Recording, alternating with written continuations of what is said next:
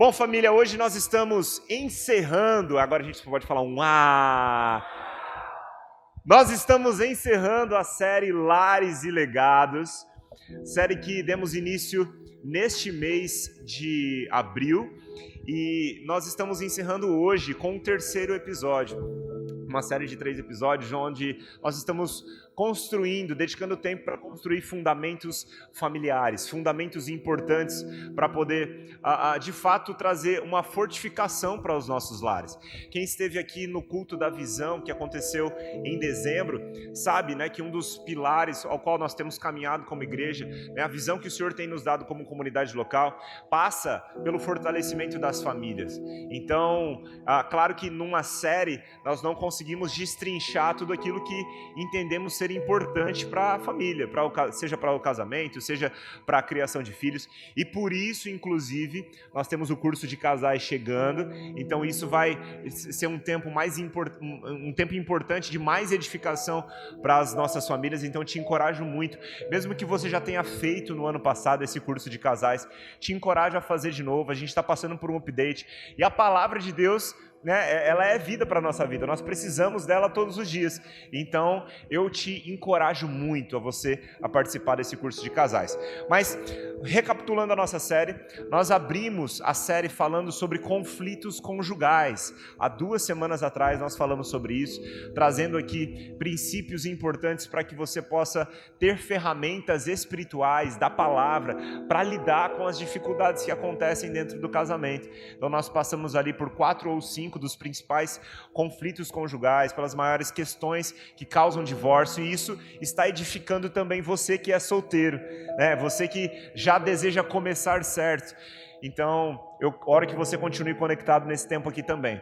Na semana anterior nós falamos sobre filhos, né, com o tema Forjando Filhos, trazendo também o princípio do arqueiro. Lá em Salmo 127 ele está estabelecido, e nós passamos o último domingo falando sobre isso. Foi muito edificante para mim enquanto preparava essa palavra como pai, e eu acredito que hoje não será diferente, porque nós falaremos sobre o trilho pelo qual todas as coisas que nós temos ensinado precisa percorrer. Sabe, não faz sentido para nós se nós aprendermos todas as estratégias relacionadas a casamento, se nós soubermos todos os melhores métodos sobre como fazer a sua esposa feliz, se o princípio ou o fundamento pelo qual isso acontece não estiver alinhado. Por isso eu quero convidar você para abrir sua Bíblia comigo em 1 Coríntios, no capítulo 13. Hoje nós vamos fundamentar as 15 atitudes do amor. Amém? Então você pode anotar esse título se você está anotando, te encorajo a anotar se você não está. As 15 atitudes do amor, e elas estão aqui listadas pelo apóstolo Paulo na primeira carta de Coríntios, no capítulo 13, versículos de número 1, nós iremos percorrer até o versículo número 8. Vou fazer a leitura, a gente vai ficar neste texto base aqui, amém? E eu oro para que você possa acompanhar com o seu coração aberto. 1 Coríntios, no capítulo 13, versículo número 1, a Bíblia diz assim: se eu falasse a língua dos homens e dos anjos, mas não tivesse amor, seria como um sino que ressoa ou um símbolo que retine. Se eu tivesse o dom de profecias e não entendesse todos os mistérios de Deus e tivesse todo o conhecimento, e se tivesse uma fé que me permitisse mover montanhas, mas não tivesse amor, eu nada seria. Se eu desse tudo o que tenho aos pobres e até entregasse o meu corpo para ser queimado e não tivesse amor, de nada me adiantaria.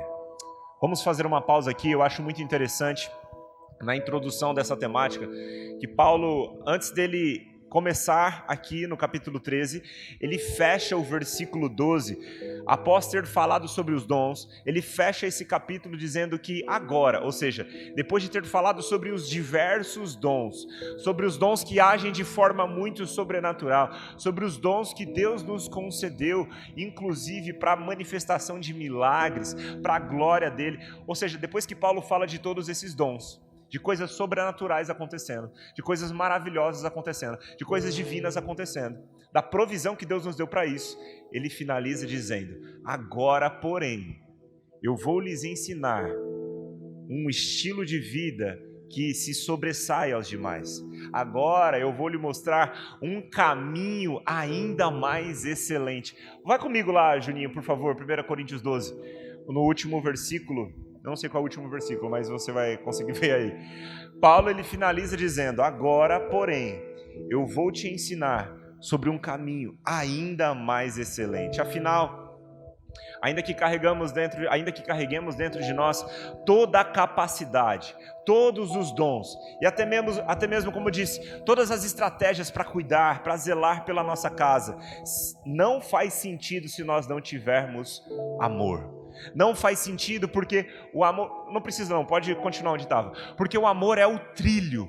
O amor é o trilho pelo qual todas as coisas vão percorrer. O amor é o trilho pelo qual todas as coisas que recebemos de Deus precisa caminhar. Amém? Então, por isso, não faria sentido para nós, mesmo tendo muitos assuntos para discorrer a respeito de família, terminar essa série sem mostrar esse caminho mais excelente, sem mostrar o trilho pelo qual nós devemos percorrer e caminhar para aplicar, então, todas as ferramentas que o Senhor nos deu. Amém? Você está aqui? Então não tem problema você ir dando seu amém durante a palavra. Pelo contrário, você nos ajuda a pregar e saber que você está conectado e não está dormindo. Amém? Glória a Deus. Tem 50 canelas de fogo para me acompanhar durante essa palavra? Glória a Deus. Amém, família. E só para também trazer o nosso coração, porque nós realmente sentimos essa inclinação do Espírito, né?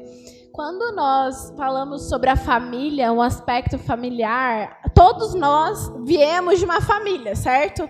Talvez a sua família não foi bem estruturada, talvez a sua família te faltou amor, talvez você veio de uma realidade completamente diferente do que você vai ouvir aqui nessa noite. Mas, de fato, eu quero abrir o seu coração e, de novo, a minha oração é que essa semente, ela frutifique no seu coração e te encoraje a, de fato, você ser uma transformação na sua casa, ser uma transformação na sua futura família. Talvez o que você vai escutar aqui nessa noite seja muito longe da sua realidade, mas assim como um dia também tomamos posse disso para nossa nova família, você pode fazer isso nessa noite, amém? E se trata de um fluir familiar. Qual é o coração de Deus para que possamos viver os princípios da palavra dele dentro da nossa casa? De novo, né, não existe se a nossa família, o nosso lar vai ser a testificação do nosso chamado. O que adianta estarmos, sei lá, numa grande empresa e o nosso lar não estar fluindo bem, não estar correndo conforme a vontade de Deus? O que adianta buscarmos um ministério, talvez, um chamado dentro dos 5 dons ministeriais, mas se na nossa casa é tudo quebrado, se na nossa casa não existe uma comprovação de que Deus é poderoso para fluir? Faz sentido? Então é por isso que a gente quer trazer esses 15 atitudes do amor. Isso vai te abençoar. Talvez você cresceu ouvindo esse texto de 1 Coríntios, capítulo 13. Você vai ouvir de novo, sim, porque vai te abençoar. E eu oro para que a palavra de Deus se renove no seu coração. Como eu falei antes, gente, eu creio que Deus está nos chamando para um tempo de aproximação com Ele. E se a gente não busca o coração dele, se a gente não pode tomar posse do amor ágape, que é o amor do tipo de Deus que já está em nós, não tem como as coisas fluírem. Importante você tocar no ágape, porque é sobre esse tipo de amor que a gente vai falar. Inclusive, a Bíblia ela denota alguns tipos, né, de amor. Quando a gente puxa a palavra amor, no original, nós vemos algumas aplicações diferentes, algumas raízes diferentes. Mas eu quero trazer para você a ênfase no amor que nós vamos discorrer aqui. E esse amor é o amor ágape, o amor chamado ágape, que é o amor que denota o amor de Deus pela humanidade. Ou seja, é o amor que fez com que Deus enviasse o seu Filho amado para mostrar ao mundo o quanto Ele nos ama. É o amor que sacrificou o seu Filho e é o amor que hoje nós temos como provisão para fazer o que Jesus disse para nós fazermos. Agora, perdoe uns aos outros como eu te perdoei. Amem uns aos outros como eu vos amei. essa expectativa de Jesus só pode ser atendida por nós se, primeiramente, nós provamos desse amor, que é um amor de Deus, não tem como a gente dar se a gente não recebeu.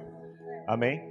Então, é por isso que também Jesus, ele fala lá em Marcos, no capítulo 12, versículo de número 30, interrogado pelos religiosos naquele contexto, qual é o mandamento mais importante? Jesus responde: ame ao Senhor, o seu Deus, de todo o coração, de toda a sua alma, de toda a sua mente, de todas as suas forças. E ele fala, e o segundo ame ao próximo como a ti mesmo. Agora, não tem como a gente manifestar um amor ao próximo como nós amamos a nós mesmos, se não entendemos como nós fomos amados por Deus.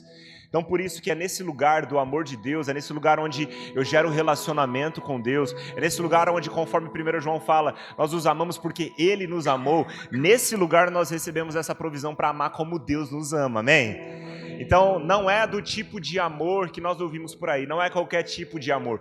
Por isso nós vamos nos aprofundar na palavra, desse amor que não visa os seus próprios interesses, desse amor que dá sem esperar nada em troca. Amém?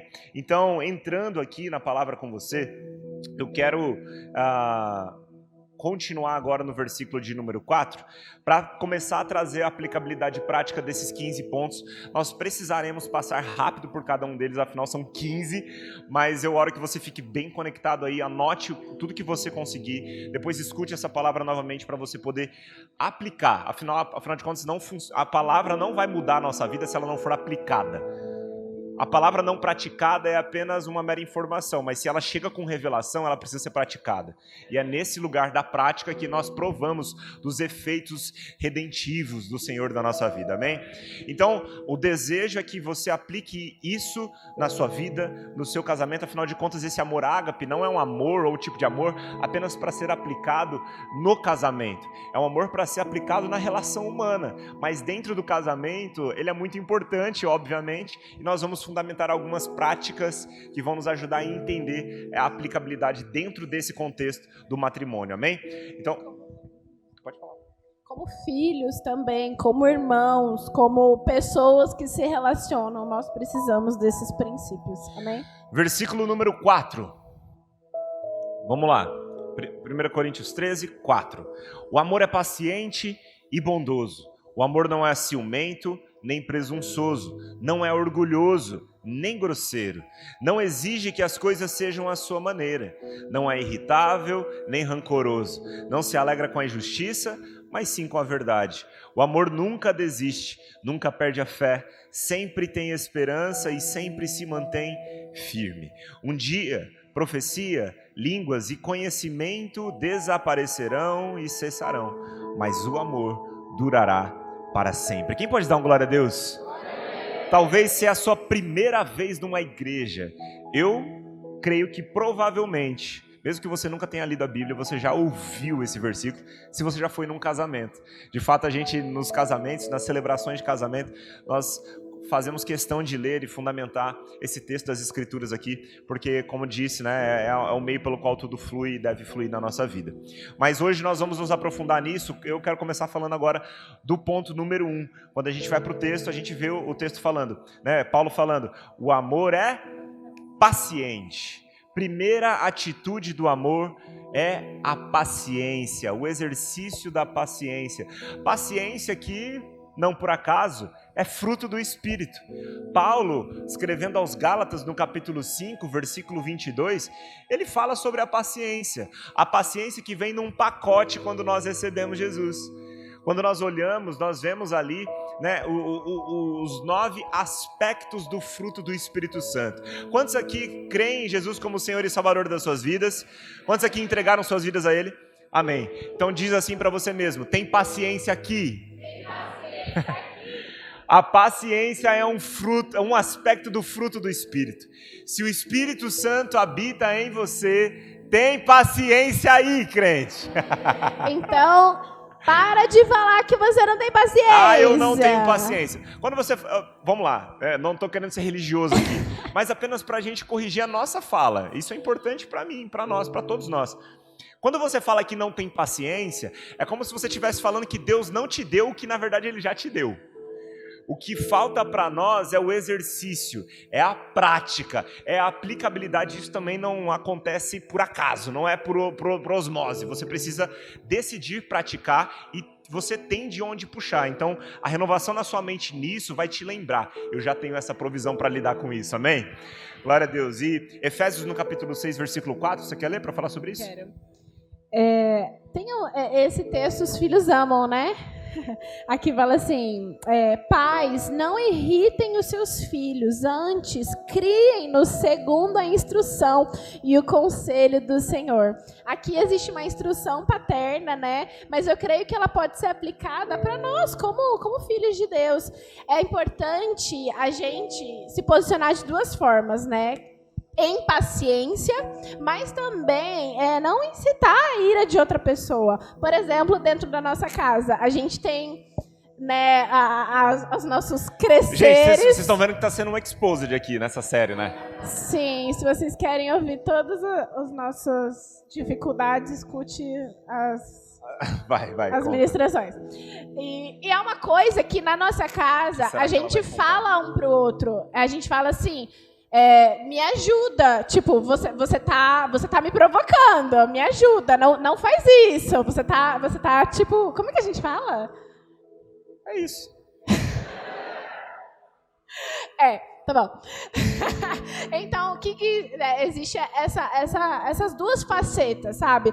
Nós tomarmos posse de um fruto que já é nosso e exercitar como músculo, né? Tipo, você tem um músculo, você precisa usar ele, você precisa crescer ele. Então, talvez não te falta paciência, te falta você aperfeiçoar a sua paciência.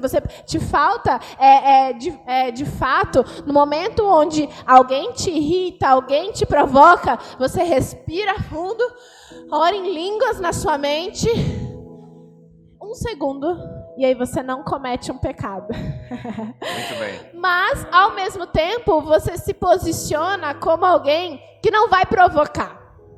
Esposas, olha eu de novo aqui.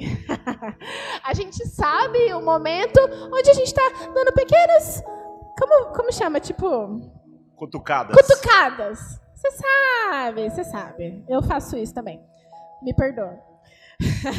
Então, a gente vai falar sobre coisas... perdão. Vamos, a gente vai chegar lá. Mas a gente precisa também como pais, né? Como a Bíblia também fala, não incitar a ira dos nossos filhos. Então, se trata dos dois lados. Faz sentido? Consegue entender? Amém. Nos posicionarmos com paciência, prepararmos o nosso coração para dar outra face também, por que não, né? E não ficar falando, emprestando realmente a nossa boca para a incredulidade, falando, eu não tenho paciência com isso, eu não quero saber, eu não vou lidar com isso. Se você se diz cristão, você está no mesmo segundo dizendo que você quer crescer, você quer avançar, você não quer continuar da mesma forma. Então, por que não você não abrir o seu coração para que Deus trabalhe ao seu favor e você possa crescer em paciência, não é verdade? Muito bem. O exercício da paciência preserva o casamento. Então, a prática da paciência, né? O exercitar da paciência preserva o casamento porque ele evita conflitos evitáveis. Se você pensasse talvez nos momentos mais conflitantes, nos momentos onde os nervos ficam mais à flor da pele dentro da sua relação, e você pensasse, e se eu tivesse respirado 1 minuto naquele momento? Como é que seria? Como é que poderia ser a história? Sabe, de fato, a prática da paciência, ela vai nos preservar. Por exemplo, minha esposa é muito bagunceira. Quando eu chego em casa, às vezes, a nossa cama está muito bagunçada, porque na hora dela se arrumar, ela... Direito de resposta. Tudo bem. Na hora dela se arrumar, ela usa 30 roupas. Aí a gente em casa tá tudo bagunçado, o banheiro tá todo revirado. E é um momento que eu preciso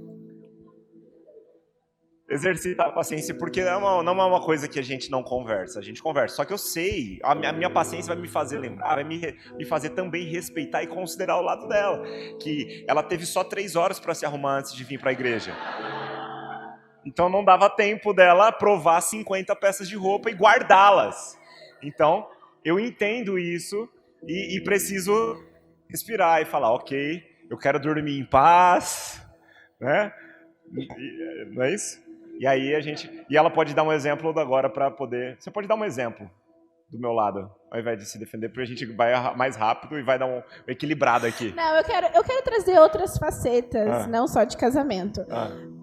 Eu não quero mais responder, eu vou chamar um advogado.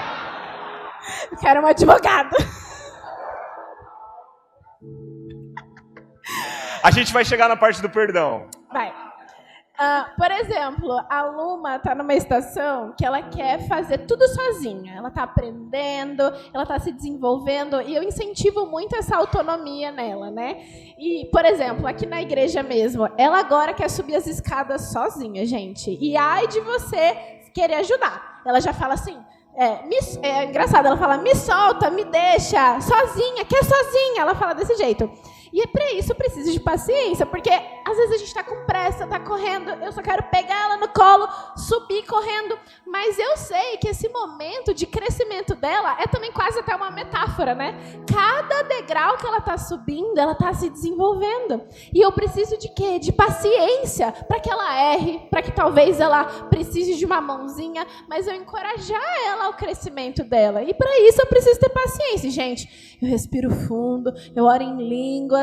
Agora ela quer também, por exemplo, subir na cadeirinha do carro sozinha. E eu tô amando isso, porque a Luma era uma criança que ela via a cadeirinha, ela já gritava, não quero cadeirinha! E agora ela quer subir na cadeirinha sozinha. Então, exercício da paciência. A gente precisa sair um pouco mais cedo, precisa se organizar para ela poder subir na cadeirinha sozinha. Fechando esse ponto, e pra gente avançar, porque a gente precisa avançar, senão a gente vai ficar 3 horas aqui. E aí, acho que as pessoas não vão querer. Brincadeira. Vamos lá. Então, fechando esse ponto aqui. Principalmente se você estiver numa relação a 2. Ou, diga para si mesmo quando você estiver num momento conflitante. Ao invés de dizer, eu não tenho paciência para isso. Você vai lembrar o seu marido, a sua esposa, ou seu namorado, ou sua namorada, seu noivo, ou sua noiva, ou seu amigo. Você vai dizer, tem paciência aí. Sim. Quando você vê ele com uma cara de que não está com muita paciência, você pode bater no ombrinho dele e lembrar, tem paciência aí. Fala, abre Gálatas, capítulo 5. Amém, gente? Ora em línguas. Precisamos praticar. Número 2, Paulo continua falando sobre bondade. Amém? Vamos lá, bondade. Amém. Bondade, como a gente acabou de falar de paciência, também é um aspecto do fruto do Espírito. E eu quero ler com vocês um texto que ele falou muito no meu coração. Está lá em Tito 3, capítulo 3, verso 3. Lá fala assim, houve um tempo em que nós também éramos insensatos e desobedientes, vivíamos enganados e escravizados por toda espécie de paixões e prazeres, vivíamos na maldade e na inveja, sendo detestáveis e odiando-nos uns aos outros. Agora presta atenção no verso 4. Mas quando se manifestaram a bondade e o amor pelos homens da parte de Deus, nosso Salvador, não por causa de atos de justiça por nós praticados, mas devido à sua misericórdia, Ele nos salvou pelo lavar regenerador e renovador do Espírito, que Ele derramou sobre nós generosamente por meio de Jesus Cristo, nosso Salvador. Aleluia! Ele o fez a fim de que, justificados por sua graça, nos tornemos herdeiros, tendo a presença na vida eterna. Então, o que isso significa? Que nós temos uma parte da bondade de Deus que um dia foi expressa por Cristo Jesus a nossas vidas na cruz. Hoje nós temos essa mesma bondade, essa mesma essa compaixão para nós podermos expressar dentro dos nossos lares. Sabe qual é o ponto que o Espírito Santo falou comigo sobre isso? É muito fácil a gente expressar bondade, expressar generosidade, expressar compaixão por aqueles que não estão próximos a nós. E para aqueles que caminham ao nosso lado o tempo todo? Nossos pais, nossos irmãos, nossos filhos, nossos maridos. De novo, conectando com o ponto 1, é fácil a gente perder a paciência, mas como nós podemos expressar uma maior expressar bondade dentro dos nossos lares? Como a gente pode expressar mais compaixão? Como a gente pode deixar com que esse aspecto flua das nossas vidas, não é verdade? Amém.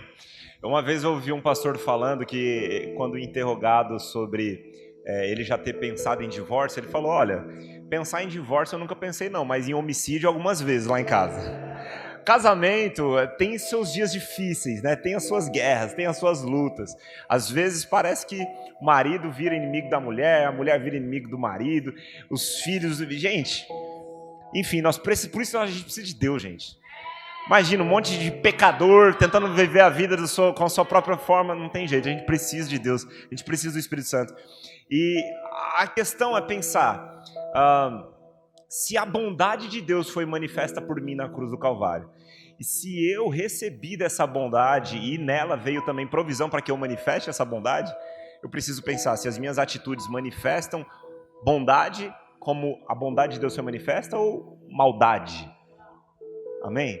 Então, essa prática e esse exercício de pensar nas nossas ações antes, né, mesmo de fazermos, ela vai nos balizar para que a gente possa, então, caminhar a expectativa de Deus da manifestação da bondade dele na terra. Número 3, o amor não é ciumento. Amém? Ciúmes. Gente, ciúmes. Eu sei que é algo que parece... A gente poderia ficar até amanhã falando sobre isso, né? Eu sei que é algo que parece fofo em alguns momentos. Ah, ele tem ciúme de mim. Eu imagino que eu já ouvi sendo falado. Ai, minha vez agora de atacar você vai falar. Atacar não. Tá vendo, né? A manifestação da bondade aqui. Alguém viu bondade nessa fala ou não? Desculpa, não atacar, mas te expor. Te expor eu vou. Entendi. Vamos lá, tudo bem.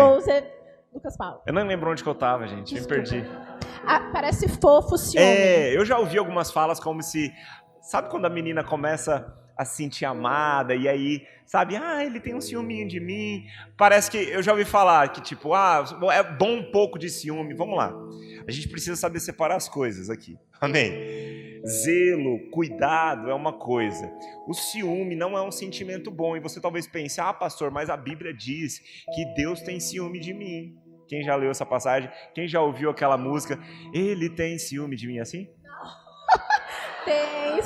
Tem ciúmes de mim. Mais ou menos assim. Seu amor é tão puro. E, de fato, a Bíblia, algumas traduções trazem, acho que a maioria trazem ciúme mesmo com a palavra. Mas no original, gente, a Bíblia não foi escrita no português. Amém? Isso é uma revelação, gente. Para você que está começando a ler a Bíblia agora, uma revelação de verdade. Não estou debochando, é uma revelação de Deus. A Bíblia não foi escrita no português. O nosso vocabulário, ele não é 100% compatível com o vocabulário ao qual a Bíblia foi escrita. Então, por isso a gente pode, é importante que a gente tenha várias versões, por isso é importante a gente estudar o contexto bíblico para a gente conseguir captar a intenção do autor ao escrever o que ele escreveu. E a raiz desta palavra ciúme não significa o ciúme que talvez você esteja pensando. A palavra para ciúme ali é zelo. É cuidado. Então Deus, ele zela por nós, ele cuida de nós, ele quer nos preservar, muito diferente do ciúme doentio que muitas vezes é manifesto entre nós. E eu fui alguém muito ciumento. No nosso primeiro relacionamento foi uma tarefa difícil lidar com isso. Pode verdade. Contar. Agora pronto, minha chegou vez. A minha vez. Gente, não tínhamos Tem que ser rápido Jesus. porque a gente vai pro 4. Vai, pode ir. Acho que eu vou no banheiro. Cristãos. Não, eu vou no banheiro de verdade, eu preciso ir no banheiro. Eu tomei muito aqui, ó. Sério? Vai, pode ir. Não, agora não! Vai no banheiro outra hora! Mas eu preciso ir no banheiro na hora que eu não estiver falando. Não. Ó, a direção na minha aqui vez de diz falar, que não tem agora como eu sair, gente. Como é que eu vou levar o microfone pra falar? Gente, isso vai rápido. Tá? Eu não vou fazer com você o que você fez comigo, porque eu sou bondosa. Eu confio no que você vai falar e é verdade, tá bom? Então tá bom, vai. Confio que é verdade. Bom, gente, nós começamos a nos relacionar. Eu tinha 16 anos, ele tinha 18, né? 18. Éramos jovens, adolescentes, estávamos aprendendo sobre a vida. E o Lucas Paulo, aí eu digo, é o Lucas Paulo, não era o pastor, não, era o Lucas Paulo. Não tínhamos Jesus de novo. E de fato, né, qual foi o contexto? E só para te trazer assim, o porquê que ele se tornou dessa forma. Eu era uma pessoa completamente diferente do que ele tinha idealizado como uma boa namorada. Eu era uma pessoa, como posso dizer, displicente, eu mentia, eu escondia coisas dele. Ele tinha um apreço por saber do meu passado demais, e eu escondi algumas coisas dele. Isso fez com que ele não tivesse confiança em mim. E se você tem um relacionamento, se você já teve um relacionamento, você sabe que confiança é uma das bases de qualquer relacionamento, de amizade, entre irmãos e casamento. Então, ele se tornou uma pessoa completamente, obsessivamente ciumenta. Tudo ele queria ver, celular, computador. Teve um episódio, eu queria que ele estivesse aqui, gente. Eu vou esperar, ele acha. Teve um dia específico que ele... Essa história é muito comprida. Mas resumindo, sabe quando você perde o seu iPhone, você tem lá, tipo, o localizador do iPhone? Ele foi lá, puxou o meu celular, me seguiu, ficou passando de carro, vigiando se eu estava no lugar, porque ele não acreditava que eu estava, tipo, saindo com as minhas amigas. Gente, era nesse nível. Você acredita? Você não acredita? Você acredita? Tóxico, exatamente, tóxico. Hoje em dia ele nem liga pra mim. Essa é a verdade. Tá nem? Não. Peraí. Mas é isso, gente. A gente viveu realmente um relacionamento muito tóxico, é uma boa palavra, né? Aí, ó, chegou.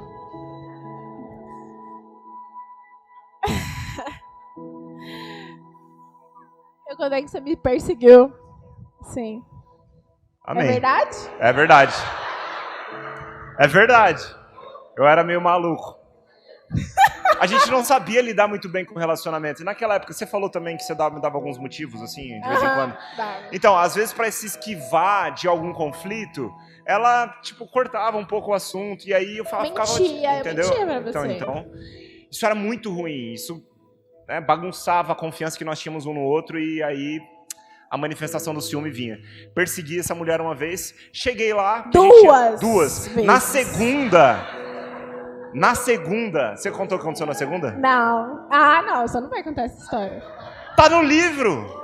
Não, gente, compra o livro. Vai lá ler. Não, mas é importante. Eu acho que é importante falar sobre isso, pelo mesmo propósito pelo qual tá escrito no livro. Tá. Porque tá escrito no livro, como que as pessoas não podem saber? Mas a gente tinha terminado esse dia. Então, a gente tinha terminado. Quando eu fui, foi no nosso primeiro relacionamento, antes de Jesus. Quando eu fui atrás dela, o que ela tava fazendo? Ela tava beijando o outro cara. Por que foi bom isso pra mim? Porque eu falei, eu nunca mais quero ver essa mulher na minha vida. Jesus. E aí, o que aconteceu? Eu falei, nunca mais quero ver essa mulher na minha vida. O que aconteceu? Eu fui atrás de Jesus. De verdade, aí mudou a nossa vida naquele contexto. Ela também encontrou Jesus. E depois nós nos reencontramos decididos a trazer Jesus, a manter Jesus no centro do nosso relacionamento. E aí... E o que aconteceu? Eu fui liberto dessa praga. Ao ponto... Eu já falei isso, é que você não estava aqui, mas eu falei, você foi tão liberto que hoje em dia você nem liga pra mim mais. Nossa, gente, tomando uma correção de púlpito. Gente. Brincadeira, gente. Hoje a gente pode sair pra jantar. Não, eu tô falando de ciúme. De ciúme? Mas eu aceito jantar também. Então tá bom. Nem precisava ter prometido isso, olha só. Número 4, o amor não é presunçoso. Presunçoso, se você também, assim como eu, tinha dúvida a respeito dessa palavra, significa aquele que se supõe melhor, aquele que pensa que é mais capaz, pensa que é superior ao outro. E isso é muito aplicável dentro de um contexto de competitividade que muitas vezes nós vemos nos relacionamentos. E nós já vivenciamos isso no nosso relacionamento, onde não necessariamente um quer ser melhor que o outro, mas às vezes essa presunção, ela vem de algumas faltas. Muitas vezes a presunção, ela vem de um complexo de inferioridade. A pessoa ela quer ser superior, ou ela quer se mostrar superior a alguém, porque na verdade ela quer validar algo que ela não tem validado dentro dela. Ela não sabe muito bem quem ela não tem a identidade dela bem formada dentro de si, a respeito de quem ela é em Cristo Jesus ainda.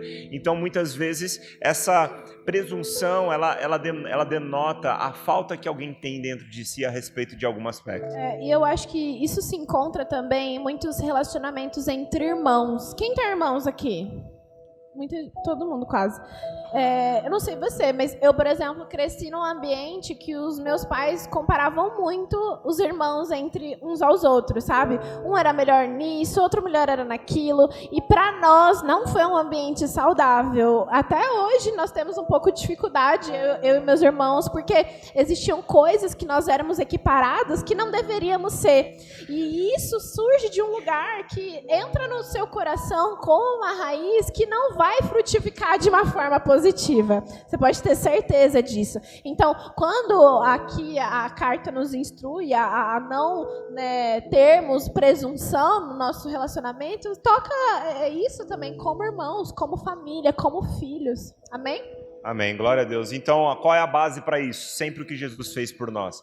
A Bíblia diz, inclusive, em Filipenses capítulo 2, versículo 5, tenham a mesma atitude demonstrada por Cristo Jesus. Embora sendo Deus, não considerou que ser igual a Deus fosse algo que devesse se apegar. Em vez disso, esvaziou-se de si mesmo, assumiu a posição de escravo e nasceu como ser humano. Quando veio em forma humana, humilhou-se e foi obediente até a morte e morte de cruz. Se Deus, que é superior a tudo e a todos, quando se fez homem, se fez escravo de todos, por que é que nós devemos ou podemos nos considerar superior a alguém? Se Deus desceu e se tornou escravo, por que é que eu vou me considerar melhor que alguém? Se o único que poderia se apresentar em forma humana como ele pudesse, como se ele quisesse, ele poderia se manifestar de uma forma muito superior como ele é muito superior a nós, mas a manifestação dele foi uma manifestação de servidão. Por que é que nós pensamos ao contrário? Por que que as nossas atitudes dizem ao contrário?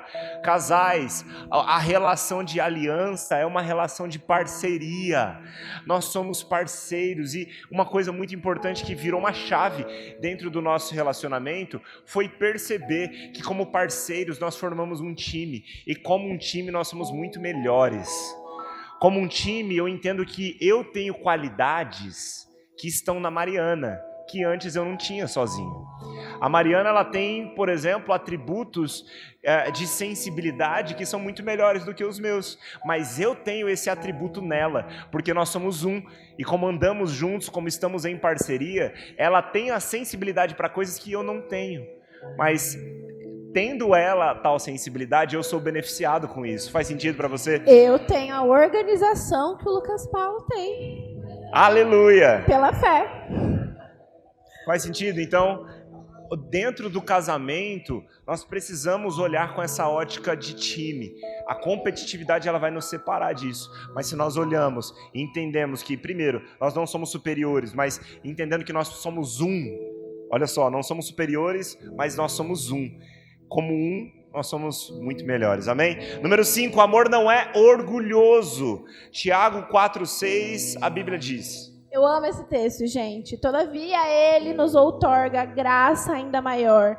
Por isso declara a Escritura, Deus se opõe aos orgulhosos e concede graça aos humildes. Em todos os relacionamentos familiares, casais, irmãos, pais e filhos, nós precisamos buscar uma humildade que vem do coração de Jesus, dar a outra face, de fato nos humilharmos. E essa palavra humilhação, ela tem um peso muito grande, mas ela vem desse lugar de buscar humildade, dar a outra face, reconhecer que erramos.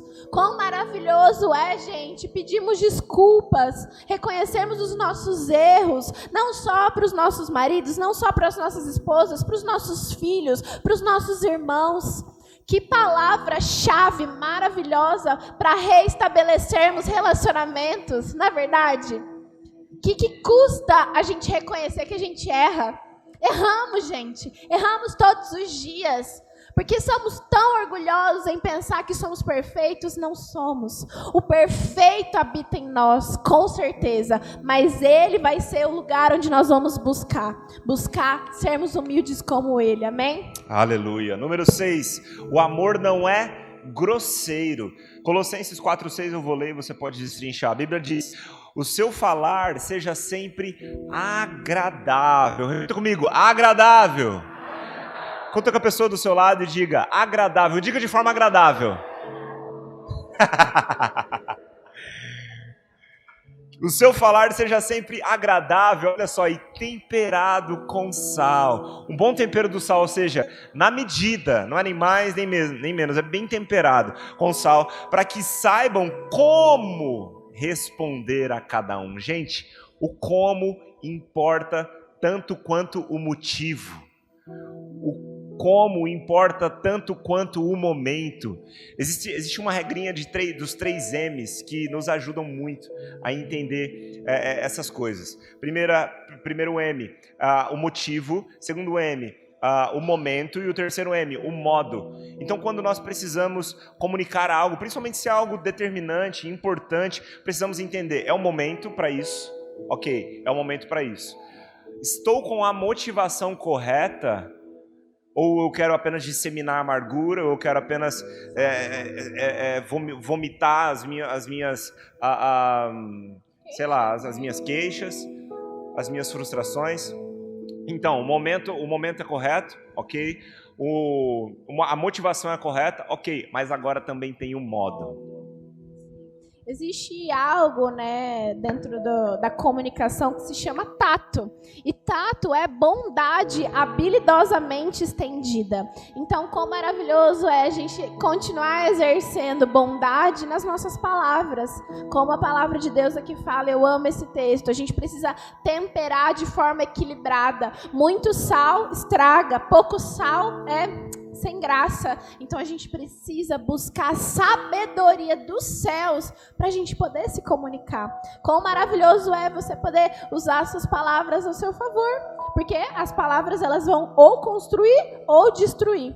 A língua, como o livro de Tiago, no capítulo 3 também fala, ela é como um leme, é pequena, mas ela vai levar o curso, a direção para onde o navio, o barco vai tomar.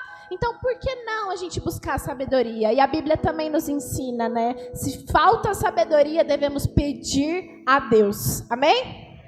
Número 7, o amor não é dominador. Amém? O amor não é dominador. Essa era para mim naquela época e continua sendo para todos nós hoje, para mim também. O amor não é dominador. Eu acho que a gente sempre precisa se lembrar disso e perceber se na prática nós estamos manifestando isso. Quando nós olhamos para a criação, Deus ele cria o homem e ele dá a opção de escolha ao homem de servi-lo ou não, de obedecê-lo ou não. Mesmo amando o homem, Deus ele dá liberdade ao homem. Então, o amor, ele é intrínseco à liberdade. Não existe o amor verdadeiro sem liberdade de escolha. Então, Deus, ele dá essa escolha ao homem. O homem, mesmo tendo a orientação daquele que o ama, porque Deus ama, então ele dá direção. Deus ama, então por isso ele também corrige. Mas Deus deixa Adão tomar a sua própria escolha. A aplicabilidade disso nos nossos dias precisa ser com o mesmo princípio e com a mesma essência. O amor não é você trancar a porta e esconder a chave para que alguém não vá embora. O amor é você deixar a porta aberta para que essa pessoa decida ficar mesmo tendo a opção de ir embora. O amor é livre. O amor ele não aprisiona, o amor ele não domina, o amor dá o direito de escolha, amém? Então, eu quero muito encorajar você a pensar, inclusive, se você está dentro de um relacionamento dominador, repense o seu relacionamento. Converse sobre isso com essa pessoa, porque não é neste lugar de dominação que Deus deseja que você esteja. Se nem Deus, que é Deus, quer te dominar, por que é que você vai se sujeitar à dominação de alguém? Solteiros, pense muito bem sobre isso antes de entrar no relacionamento, tanto para que você não seja o dominador, não queira ser o dominador, nem o dominado. Uma das coisas mais lindas do amor é a pessoa ter a opção de escolher te amar e de permanecer aonde ela está junto com você. Número 8, o amor não age com ira. Pode falar. Pode falar. O amor não age com ira. Não, estou no 7, agora no 8. O amor não age com ira. Como a minha esposa já bem fundamentou, acho que a gente pode passar um pouco mais rápido por esse ponto, mas a gente falou sobre isso quando estávamos falando sobre paciência. Mas eu quero só fazer um paralelo rápido, que a questão é que o agir com ira vai levar a gente a tomar decisões erradas. Por exemplo, a Bíblia diz: irai-vos, mas não pequeis. Então, a ira, ela pode em algum momento chegar até nós, mas o que nós fazemos com ela é o que vai determinar o fruto, né? Aquilo que nós estamos frutificando com a nossa vida e com as nossas ações. Então, se nós não somos dominados pelos nossos sentimentos, mas se nos sujeitamos ao Espírito, então nós não agiremos com ira, amém? Ainda que a ira em algum momento chegue, nós temos o fruto do Espírito, da longanimidade, da bondade, da paciência, do domínio próprio. Então a gente sujeita os nossos sentimentos ao Espírito. E sabe que muitas ações violentas, agressivas, com palavras ou até mesmo fisicamente, são ações subsequentes à ira. Então eu quero te dar uma direção: se você se sentir irado, não faça o que você está pensando em fazer. O amor não age com ira. Inclusive isso vale para a educação dos filhos. Pai, mãe, se você está irado com o seu filho em um dado momento, eu me iro às vezes. Eu me lembro a primeira vez que eu me irei com a Luma e eu agi errado com ela. Ela estava incomodada com alguma coisa no carro e eu estava sozinho com ela e ela estava num dia muito cansado, muito difícil para ela. E ela começou a gritar, não parava, e aquilo me atrapalhou a fazer alguma coisa que eu precisava fazer. E eu gritei com ela naquele momento. Pastor, significa que é errado gritar com os nossos filhos? Eu não estou dizendo isso, mas o meu grito foi um grito em ira. Isso não foi bom. Imediatamente eu me arrependi, eu comecei a chorar, eu pedi perdão para ela. Ela tinha, sei lá, quantos meses. Mas, gente, isso é um princípio importante. Então, se você está irado, não faça nada. Se você está irado, o que você precisa fazer é orar em línguas. Você precisa se recompor, se retirar, para que então você não peque, mas haja em amor, e o amor não age com ira, amém? Número 9, o amor não é rancoroso.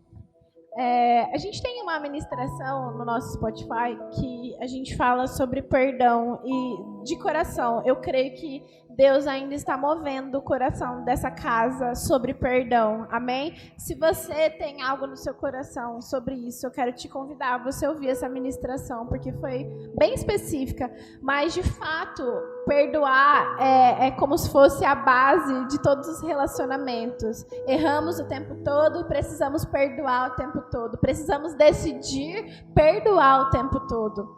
Não adianta ficarmos guardando raízes amargas, peso nas nossas vidas e não deixarmos que o Senhor flua através de nós.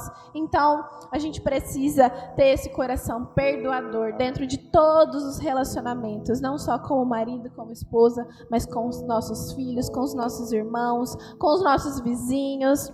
Amém? E a verdade é que quem guarda a maldade faz mal para si mesmo.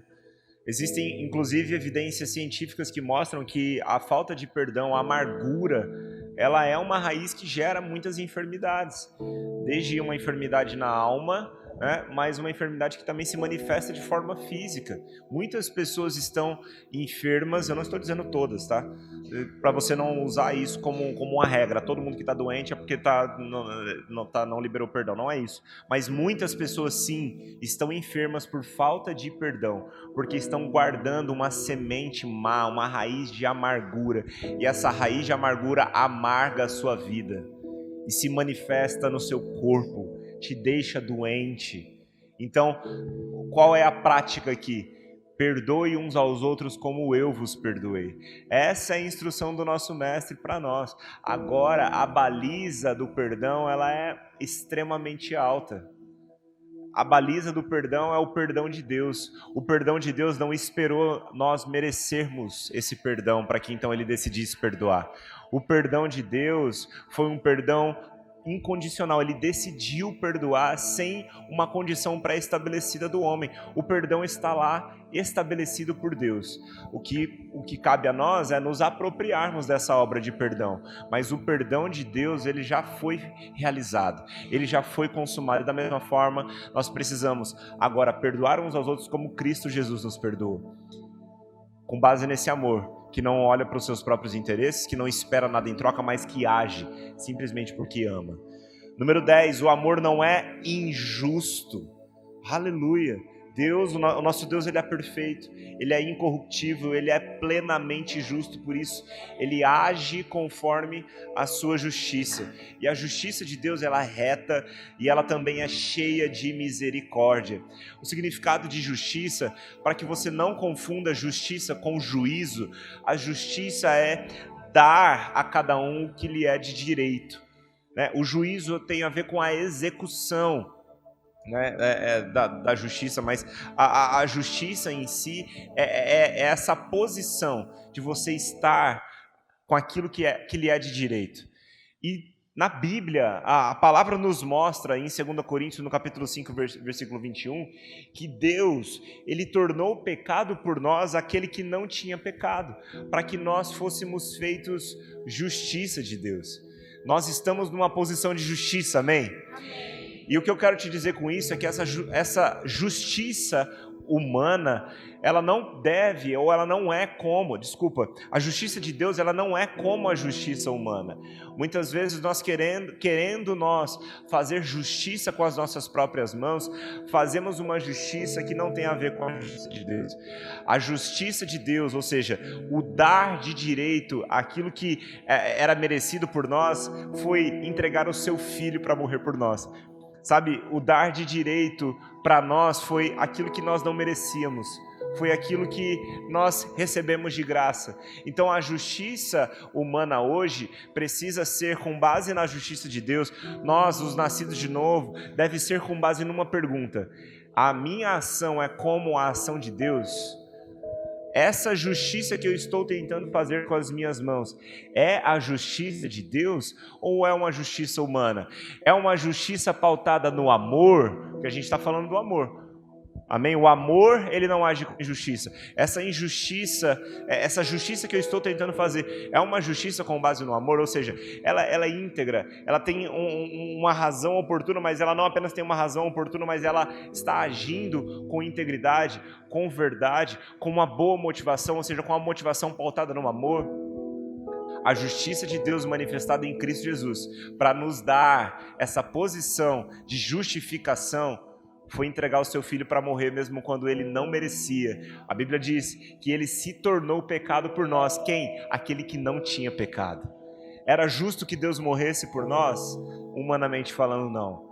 Era justo que aquele que estava do lado de Barrabás fosse crucificado, enquanto aquele que era conhecido pela sua maldade fosse solto? Não era justo. Mas essa foi a justiça de Deus manifesta em amor por nós. Então, muitas vezes, isso aqui é para trazer uma metanoia para as nossas ações de justiça, para que a gente repense o que pensamos ser justiça. Deus, ele é reto, ele é íntegro, mas ele é também, tanto quanto misericordioso, amoroso, bondoso. Então, que as nossas ações de justiça passem pelo que Deus pensa sobre justiça. Isso deve ser aplicado nos nossos lares, isso deve ser aplicado na criação dos nossos filhos, isso deve ser aplicado nas nossas relações humanas, amém? Número 11, o amor, ele é verdadeiro. Mateus 5,37 fala: seja o seu sim, sim e o seu não, não. A gente precisa carregar caráter nas nossas palavras. E eu quero te perguntar, estamos carregando o caráter de Deus nas nossas falas, naquilo que nós temos feito? A verdade, ela né, no fim do dia, ela sempre aparece, né? Quase um jargão. Então, a gente precisa, dentro dos nossos relacionamentos, caminharmos debaixo disso, debaixo dessa revelação. Não devemos tentar nos enganar, não devemos tentar enganar as pessoas. Nós devemos, às vezes, dizer a verdade e praticar a verdade, mesmo que doa. E isso toca muito os relacionamentos familiares, né? Por exemplo, às vezes a verdade vai trazer, não sei, consequências que você não está disposto a lidar. Mas eu quero te dizer, a palavra de Deus, ela é fiel e se a gente não aplica ela, se a gente não toma posse dela, a gente não vai colher esses frutos que ela tem para nossas vidas. Prefira sempre as consequências da verdade do que o veneno da mentira. Esse veneno da mentira, ele pode não fazer mal imediatamente, mas em algum momento as sequelas vão vir. Cedo ou tarde, não tem como se livrar da ação de um veneno. E a mentira, a proclamação de uma mentira é como se você estivesse ingerindo um veneno. Pensa nisso, até porque você é nascido de novo. O Espírito Santo habita em você, ele vai te sinalizar que você não deveria ter feito o que fez. E enquanto você guarda, enquanto você não libera, enquanto você não confessa pecado, aquilo vai te fazer mal. Se você está andando em mentira, há tempo de você trazer à luz aquilo que precisa ser trazido à luz. Mas prefira não precisar provar desse veneno de nenhum modo, em nenhuma intensidade, agindo com a verdade, ainda que ela gere alguma consequência em algum momento. Porque se essa verdade ela é dita em amor, ela vai produzir o fruto que o amor produz. Amém? Isso toca omissão também. Às vezes a omissão é uma coisa que na mentalidade humana é permissiva. Só apenas esconder uma informação. Mas isso toca mentira também. Amém? Número 12. O amor, ele é persistente. A gente está caminhando para o final. Você está aqui ainda? Termina forte, gente. Amém? Glória a Deus. O amor, ele é persistente. Tiago, no capítulo 1, versículo 3, diz o seguinte: assim vocês saberão que a prova da sua fé produz perseverança. Ou seja, a perseverança, ela é uma manifestação da nossa fé. Aqueles que têm fé, perseveram em fé. A nossa vida com Deus, ela é de fé em fé. É uma vida de fé. E essa fé, ela precisa produzir. Você lembrou do Eliezer Rodrigues, né? Essa fé, ela precisa produzir. O quê? Robson também lembrou, mas é que eu vi que ele falou com a Karen ainda. De fé em fé eu vou. A gente pode cantar essa música depois, professor? Os verbianos aparecem nesse momento. Produz fé. Não lembro. Onde que eu estava indo? Perseverança produz fé. Quem tem fé age em perseverança. Isso. Amém? Porque Cristo Jesus perseverou por nós. Cristo Jesus perseverou ao ponto dele ter suado sangue e ainda assim ter decidido se entregar por nós para fazer a vontade do seu Pai. E essa perseverança, quando aplicada nas nossas relações, ela nos leva a andar uma milha a mais. Ela nos leva a dar a outra face. Ela nos leva a respeitar a história. Ela nos leva a cultivar as nossas relações de uma forma que talvez nós não cultivaríamos se não houvesse ela. Mas se as nossas relações, se a relação conjugal, ela é pautada no amor, esse amor também vai nos levar a perseverar nessa relação. Ou seja, os nossos relacionamentos, eles devem durar não apenas até o primeiro conflito, não até a primeira briga, não até a primeira confusão, ou não até apenas a primeira vontade de talvez ter tomado uma outra decisão, não. A perseverança vai nos levar a honrar a nossa palavra. A perseverança vai nos fazer lembrar aquilo que dizemos no altar um para o outro. A perseverança, ela vai nos lembrar que devemos perdoar. A perseverança, ela vai nos promover a durabilidade, ela vai promover a durabilidade no nosso relacionamento, amém? E se nós dizemos um ao outro no altar que seja até que a morte nos separe, isso vai requerer perseverança da nossa parte. Amém? Então, quero encorajar, se você está vivendo um desafio hoje dentro do seu relacionamento, está vivendo um desafio hoje dentro do seu casamento, persevere. Lembra daquele que perseverou com você, e esse amor, ele é um amor perseverante, e esse amor foi te entregue, esse amor foi depositado dentro de você, para você perseverar no seu relacionamento, para você lutar pela sua casa, para você decidir perdoar, para você decidir reconstruir, sabe, é tão fácil a gente trocar um vaso que foi quebrado, é mais difícil reconstruir, mas se essa reconstrução ela é pautada no amor, meu irmão, saiba que nunca faltará a provisão de Deus, para você continuar perseverando pelo seu lar, mas é uma decisão, e essa decisão precisa ser diária. diária em buscar a fonte da perseverança que está no amor de Deus por nós, mas também precisa ser praticada diariamente nas nossas relações. Número 13, o amor ele é fiel. Aleluia. A fidelidade, ela também é um dom do Espírito que foi nos dado. Desculpa, um dom não, ela é um aspecto do fruto do Espírito que foi nos dado, mas é um dom que eu digo como um presente. Foi nos dado como um presente. Amém? Então, o mesmo Deus que se entregou por nós em Cristo Jesus, tendo sido fiel à promessa que Ele fez, hoje nos capacita a andar também em fidelidade uns com os outros. O amor, ele espera, ele é a provisão para que a gente honre com aquilo que nós não honraríamos se não amássemos. E isso vai além do sentimento. Isso vai além daquilo que estamos pensando momentaneamente. Isso vai além do dia mal. Essa é uma provisão para a gente agir com fidelidade à palavra que dizemos, porque nós recebemos do fruto de alguém que foi fiel à sua palavra. Você está aqui ainda? Motivos para você não ser fiel não vai faltar. Não faltarão motivos para você não ser fiel. Não faltarão propostas para você não ser fiel no seu relacionamento. Engane-se se você pensa que a solução para a sua escravidão do pecado que você vive hoje é o seu casamento. Se você não consegue ser fiel a Deus, você não vai ser fiel à sua esposa ou ao seu marido.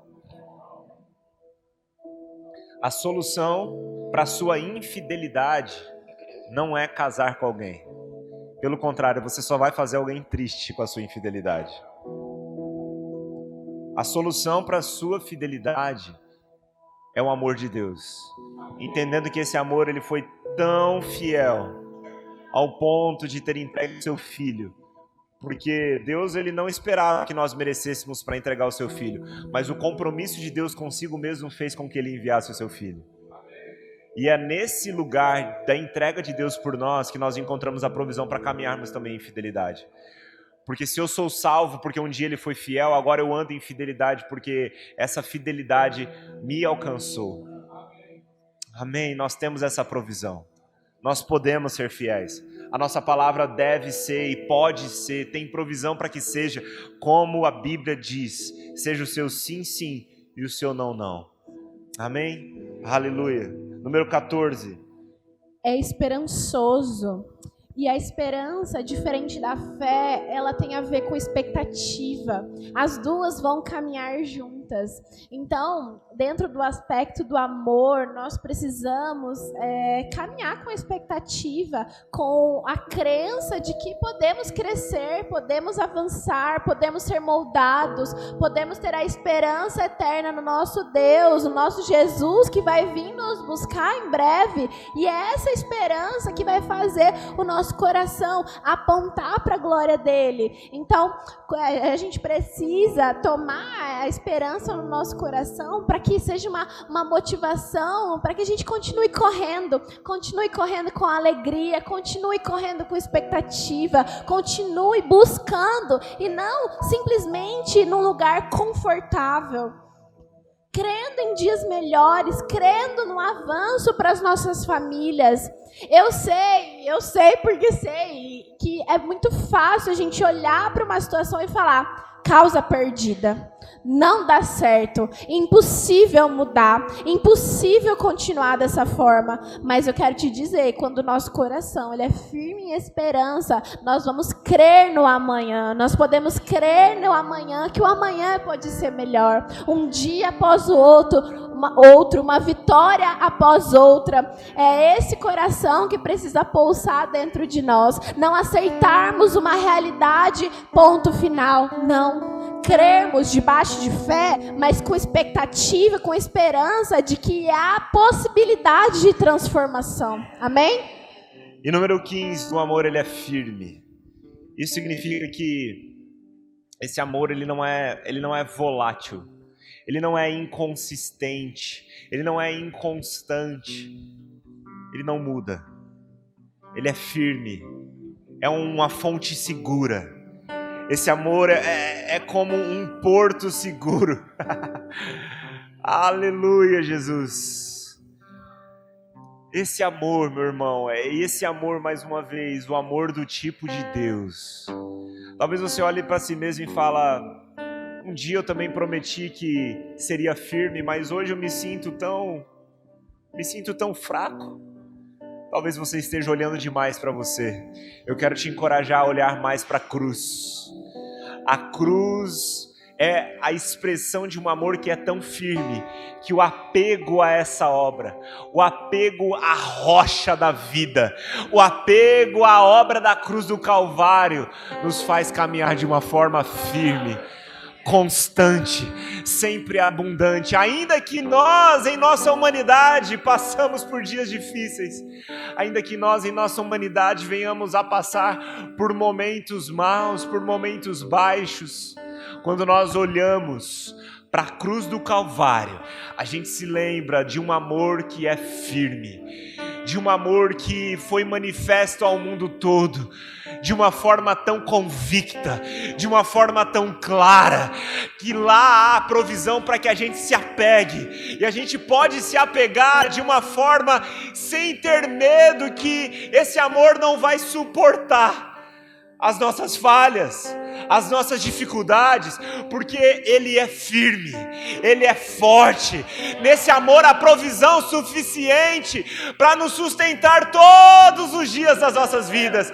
Nesse amor há provisão suficiente para que a gente se apegue que um dia Ele voltará para nos buscar.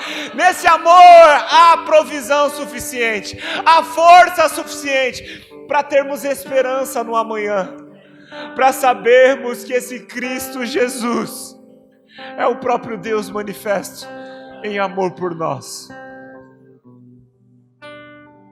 Essa firmeza com que Cristo Jesus sobe na cruz do Calvário é uma garantia para nós no amanhã, é uma garantia para nós de que hoje pode ser aplicável nas nossas relações a mesma atitude de Cristo. Por fim, isso também deve nos fazer esperançosos num dia que ainda há de vir. Essa firme esperança de que a cena da cruz nos dá que aquele que morreu na cruz não terminou a sua história lá. Aleluia! A história do nosso Deus não termina morto no Calvário. No terceiro dia após a sua morte, Jesus ressuscita com toda a firmeza que nós poderíamos pensar. A inimaginável obra do Calvário é manifesta na ressurreição de Cristo. Ele ressurge dentre os mortos, convictamente, crente de que a sua obra estava se completando desde então. Jesus, ele ressurge dentre os mortos. Jesus, ele vence a morte. Jesus, ele cumpre a sua promessa e agora nos deixa a esperança no dia que ele voltará para buscar a sua igreja. Sabe, meus irmãos, esse amor não faz sentido se nós olharmos para nós mesmos enquanto tentarmos encontrar a fonte dele. Talvez você olhe para essas 15 práticas, essas 15 atitudes do amor, e olhe para si mesmo e pense: como eu estou distante disso? Eu tenho que ser quase perfeito, ou eu tenho que ser perfeito para caminhar nessas 15 atitudes, mas eu quero te lembrar que aquele que é perfeito é a provisão para que todos os dias sejamos aperfeiçoados nesse amor. É por isso que 1 João afirma que nós só podemos amar porque Ele nos amou primeiro. Eu quero te convidar nessa noite a provar desse amor. Talvez você entrou aqui e você não conhece Jesus. Talvez você entrou aqui e você ainda não tem um relacionamento com Deus. Talvez você não provou desse amor. Esse amor é tão intangível para você. Você não consegue tocar. Você não consegue provar. É algo tão irreal. Mas você pode ter uma experiência com Ele nessa noite. A experiência que vai mudar a sua vida para sempre. Se coloque de pé no seu lugar.